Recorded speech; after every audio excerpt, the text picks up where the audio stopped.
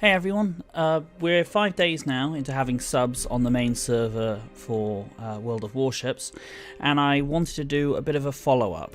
I was fortunate enough to get submarines day one, and I have played around with them a bit on the public test server as well, but I wanted to address some of the concerns that I raised in my previous video, where I basically threw up some issues that I had, preliminary issues if you like, but had wanted to play a bit more and experience them a bit more, kind of sit and think and consider, try and come up with some solutions. So this video is going to outline some of those. So before we get started though, it's important to remember that this was effectively a beta test. They ported from the public test server so they could collect more data. So this will hopefully not be indicative of a final product. Also remember that I'm just some guy on the internet. These are my opinions, but I do welcome your input. So if you feel free, have a comment box open below, and as I talk, go ahead and write your opinions, and then post it when you finish watching through. Because if we can hash out the issues, we can give some useful, coherent feedback to wargaming instead of just starting a flame war, they're probably more likely to listen to us rather than just ram their current version of submarines through. So let's just get into it. Off the bat, I want to say that I don't think submarines are necessarily overpowered, though they do require rebalancing in three key issues that I've kind of identified. To my mind, fixing any two of these three issues will make them far more enjoyable for everyone involved. So the three issues that I'm going to talk about today is the infamous 6-meter issue, the issue of no retaliation, and the issue of what I'm calling the issue of infinite air. And we'll go through and break these down, and I've got some solutions for each. This isn't just going to be me rattling off things that you guys have heard. And I'd like to hear what you think to solve these issues, if there are any other issues, if you like or dislike things about my solution, or solutions I should say. So jumping in, 6-meter issue. For anyone that's not aware, a submarine that moves at 5.9 meters or above, so shallower, gets to move at full speed, can recharge its battery, and is completely immune to anti-submarine weaponry, which is a problem. However, any submarine that moves at 6.1 meters deep, or deeper, is completely immune to any and all surface fire.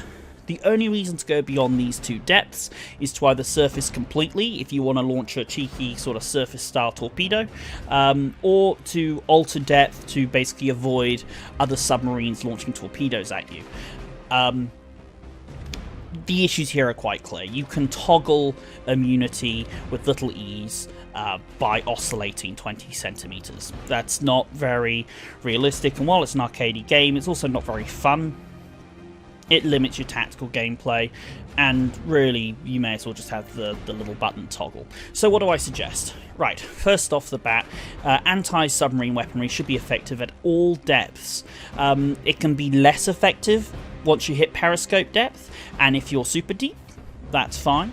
I also think we need to kind of blur these lines and these thresholds. We shouldn't have one number, not 6 meters. If it moves to 10 meters, who cares? It shouldn't be any single depth where you flick a switch. What I propose is that if you are 3 meters, if you go from surface to 3 meters in that window, in that bracket, you can move at your full speed and recharge. I'll touch more onto the recharging later, because that'll come up later when I talk about battery. But if you go any deeper than 3 meters, your speed should pretty much immediately start dropping, and noticeably, and obviously you shouldn't recharge anymore. Once you get below, I've said 15 meters, just because this feels right in my head, but you should become, once you go below 15 meters, become immune to small caliber weaponry. So that's rockets, any shells that are below 150 millimeters. 15 meters is kind of arbitrary, but that is, when I was playing subs, I found that I would go to like 12 meters automatically, because that's when you feel like you're underwater. So once you're below that, you're immune to small caliber stuff. So destroyers and light cruisers, no longer going to be hitting you with their smaller caliber guns. Once you get below 25 meters, you should become immune to all surface fire like you currently are. So that includes bombs from carriers and any caliber higher than 151 mil. So, you know, heavy cruisers basically. Again, the 151 is kind of arbitrary. We can move that number around, make it 180. I don't know. But then you have these sort of brackets. Why do I suggest these in particular?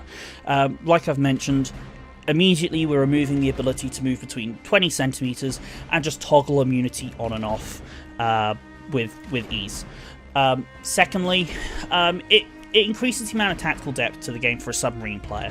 You need to plan where you're going. There's benefits now to each depth level, as well as you have to be now mindful of the underwater geography. Shallow water, if you go into a small island kind of chain, and the sea level, the sea floor comes up, well, then you're more vulnerable to battleships. So maybe you can't just drive around in all these like really tight, confined areas. It makes it more engaging for the sub player as a result, and it's also more fair for other ships like the battleships and the heavy cruisers that have currently got no recourse. It also will solve the issue of basically, larger ships being unable to fight subs at all. With this setup alone, a battleship could maybe outrun a sub, move to somewhere shallower on the map, like nearer some islands, like kind of like that northern area of the neighbours map. You know, if they change the depths going on over there, around the sea point, and perhaps they could, you know, force a submarine to sit above that 25-meter depth or whatever it may be, and force a confrontation. Or the submarine can back off and wait for the battleship to leave that zone. So that's my first sort of issue and solution. Expand that, give it a bit of depth. Maybe as well, we see the depth charges ramp up in damage as you get to that 25-meter threshold. Maybe their optimal damage is between that 40-meter and 25-meter threshold, then it drops off when you go to the super deep depths. Something like that. So that's my sort of take on the 6-meter issue. The next issue is the issue of no retaliation, which is tied to it. It's the fact that battleships and heavy cruisers and aircraft carriers can do nothing to a submarine. I think it's a good thing what Wargaming is trying to do. I think it's admirable. They're trying to foster teamwork in the game. And I think we can all see what they ideally wanted to take place here was, you know, people working together, doing your roles. But an issue arises because of a lack of team reliability. Now, this is not some crazy team-based game like, say, Dota 2, where we all get to know each other over an hour, and by working together closely and communicating constantly, we can win a game. We can snatch wins from the jaws of defeat. World of Warships gameplay is too slow compared to those sorts of games. The game time is too short. If you tell a team to go suck lemons, you only have to really deal with them for a maximum of 20 minutes, which appeals to some people. And this just generally creates an issue of mistrust, and, you know, a base level of trust is too low between general teammates. Players don't want to surrender their entire safety to one another. Why would you? You don't know the people you're playing with, and you have no relationship beyond the occasional fair winds and following seas and thank you. We saw this thing with the carrier and AA reworks. You see plenty of dedicated anti-aircraft boats that just refuse to escort destroyers or vulnerable battleships. They'll just go off and do their own thing and go get sunk somewhere. Now, I'm not saying this is true of all of them. I personally love to play AA boats. Yubari and Wangye are... I love playing them at their tier and providing a little bit of an umbrella to destroyers in the area. That's just the thing that I personally enjoy doing. A lot of people don't. And this is an issue that we're going to see with the anti-submarine warfare boats in the current state. My solutions to this is specifically giving tools to the ships that can't defend themselves. And my solutions are, we've heard a lot about degaussing and stuff from loads of different YouTubers and community members, but I would suggest an anti-submarine warfare catapult fighter as an option to anybody that currently has the ability to launch catapult aircraft. It'll orbit your ship like a fighter, it'll drop some depth charges on a submarine, and then it'll call it a day. I've played a lot of Queen Elisabeth over the last few days. And I just wanted to do anything, just something to a submarine, even if it was just like 3,000 to 5,000 damage, just so I could feel some like satisfaction, some vindication, or even just to deter a submarine. You know, subs can't see airplanes when they're underwater, so combine that with the fact that, you know, there could be a depth charge flying over my head. You just want something to give them that moment of hesitation. This would also make, funnily enough, the repair feature on the Soviet submarine far more useful. That thing is good if you take a torp, but your health is so small there's no point. So I have no issue with that number, the amount of damage that depth charge can do being small, like 3k, and then the Soviet sub becoming this kind of annoying sub that is willing to take that damage. But just a thought. So that's just my issue with the no kind of recourse for the heavier ships. A lot of them are going to have aircraft carriers, pardon me. A lot of them are going to have catapult fighters, and if you combine all the ships' catapult fighters and all the ships in anti-submarine warfare, you're going to be left with less than a quarter. I feel like less than a quarter of ships are not going to be able to handle it. Now, obviously, you have to make the choice to equip that, but that's up to a player. You know, that's like not taking the catapult fighter and taking the spotting plane. It's just another tactical preferential loadout choice for you to make. And that at least gives you the option, you know? So what, your ship's AA sucks. If you took the spotting plane, that's a choice that you kind of made. And if you're in a division, party up with someone that can help you. It kind of still relies on teamwork. It doesn't abandon teamwork, but it does give you something to stand on if you're stuck by yourself and all your light cruisers just go yeet themselves into the depths. Last issue is the issue of infinite air. Now this one's one that you see kind of bandied about by a few people, but basically there's no need to surface for a submarine, and this just reduces the tactical gameplay considerations for submarines. I personally, like a fair few other people, don't necessarily agree with the change from air, from a previous round of testing, to battery power as the resource for a submarine to manage. So I have two different solutions here. One is going to involve swapping back to air, and the other is going to be keeping the battery but tweaking it. And it depends on where Wargaming wants to put what you use your resource on. So I'll explain first the air. So if we ditch battery and we move to air, I would propose that we allow a submarine to replenish air from either surface level or 3 meters deep. If you're doing it 3 meters deep, you're doing it with a snorkel, and it will replenish rapidly, however, if you're fully surface. So it's slower at 3 meters deep, and rapid replenishment if you're just literally just sat floating on the ocean. Remove the ability to replenish with slower movement. You don't need it, and it is why subs can perpetuate underwater. Separate pinging from air. Pinging should not cost air. That's a very logical decision there. But I personally see no issue with unlimited pings if the submarine can only be submerged for a limited period of time. Now, whether that's like 5 minutes or 7 minutes or 10 minutes, that could be a tech line thing. You know, German subs, they're small and they're quick, and they can only be underwater for 7 minutes, whereas the American sub can be there for 10 because it's huge and it's a bit of a sniper. You know, that's fine. That sort of stuff is for people to kind of hash out.